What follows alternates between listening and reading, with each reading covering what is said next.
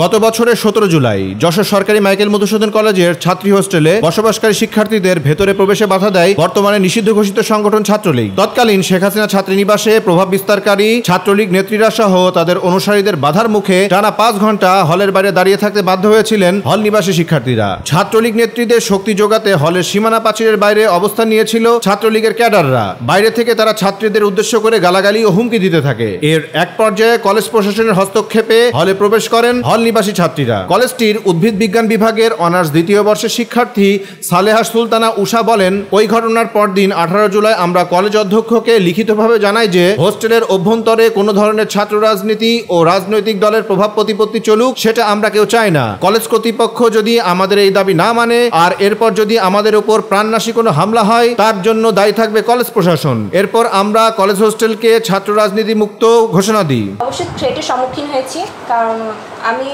Government MM কলেজের একজন student. আমি ছাত্রীনিবাসেই থাকি। সেখানকার ক্যাম্পাসের ভিতরে তখন ছাত্রলীগের অবশ্যই প্রভাব ছিল। আমরা যে মেয়েরা যে হলে থাকি সেখানেও ছাত্রলীগের অবস্থান ছিল। তো মূলত ওখানে এক প্রকার থ্রেট দিয়ে রাখতো, মানে যখন চাকরিতে মানে আন্দোলনের সময় যখন আবু সাইদের বিশেষ করে মারা গেল 15 তারিখ বা 16 তারিখের দিকে, যখন একটা আন্দোলন আরও বেশি স্ফুলিঙ্গের মতো বেগবান হলো, তখন থেকে ছাত্রলীগের যারা ছিল তারা হঠাৎ করে মানে যেমন ছিল একটা স্বাভাবিক অবস্থা থেকে প্রভাব বিস্তার করা আরও শুরু করলো। তারা এক প্রকার থ্রেট প্রত্যেকটা মেয়েকে ডেকে ডেকে যে বা গ্রুপে মেসেজ দিয়ে, যে হলে যে গ্রুপ ওখানে বলে যে যাবে তাকে দেখে নেওয়া হবে। এমনকি 15 জনের নামে এনএসআইতে রিপোর্টও হয়েছিল। এক প্রকার 17 তারিখের দিকে আমাদের তো যারা মেয়েরা ছিল 5 ঘন্টা বাইরেই দাঁড় করিয়ে রাখছিল।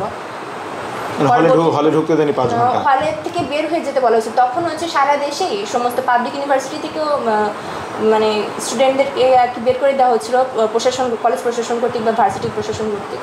তো আমরা পরবর্তীতে এই মানে ওই 5 ঘন্টার ওই দুর্বিষহ ব্যাপারটা এখনও ট্রমাটাইজিং।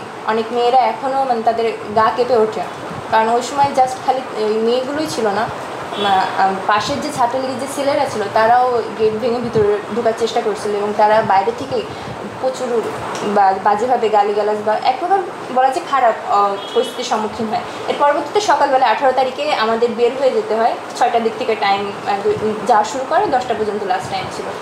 কিন্তু আমরাও ওদিনকে বেরোনোর সময় একটা রিস্কমূলক আর কি স্টেপ নিই, যে আমরা কলেজ প্রশাসনের কাছে দরখাস্ত লিখিতভাবে লিখি যে আমরা এই হলেই ফিরতে চাই এবং এই হল যেন ছাত্র রাজনীতি মুক্ত থাকে।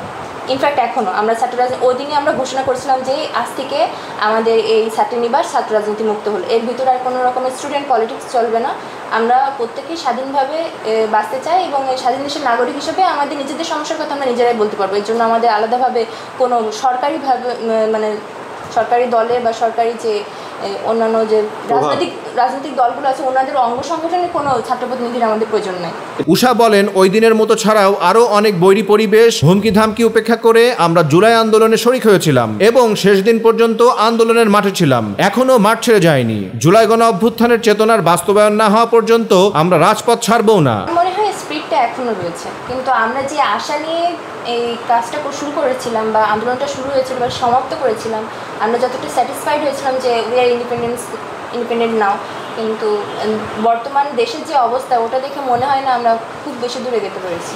এই জন্য এখন আপনাদের মাঠে থাকা প্রয়োজন বলে মনে করেন? আমরা এখনো মাঠেই আছি, রাজপথ আমরা ছাড়িনি।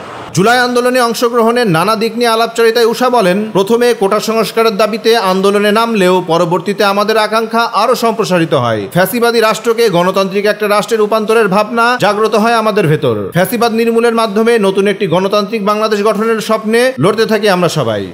যে কোনো মুহূর্তে যতটাই মানে খারাপ পরিস্থিতি আসুক, আমরা দেশের প্রয়োজনে সবসময় সর্বদা অগ্রযাত্রায় অংশীদার। সালমান হাসান রাজীব, দৈনিক রানার।